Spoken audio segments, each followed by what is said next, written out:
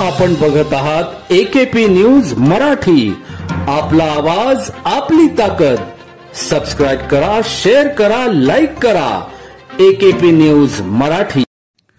गुजरात राज्यातील दीव दमण येथेच विक्री करता येणारा परराज्यातील विदेशी मद्य राज्य उत्पादन शुल्क विभागीय भरारी पथक नाशिक यांच्या अधिकाऱ्यांनी मुंबई आग्रा महामार्गावरील चांदवड चौफुलीवर वाहन तपासणी दरम्यान बोरेलो पिकअप वाहन क्रमांक MH 15JC 8719 यास ताब्यात घेत तपासणी दरम्यान विदेशी दारूचे 101 बॉक्स व वाहनाचा 18 लाख रुपयांचा मुद्देमाल हस्तगत करत जयदीप उर्फ गणेश तुळशीराम पवार व सद्दाम सय्यद यांना ताब्यात घेत त्यांच्या विरुद्ध कारवाई केली.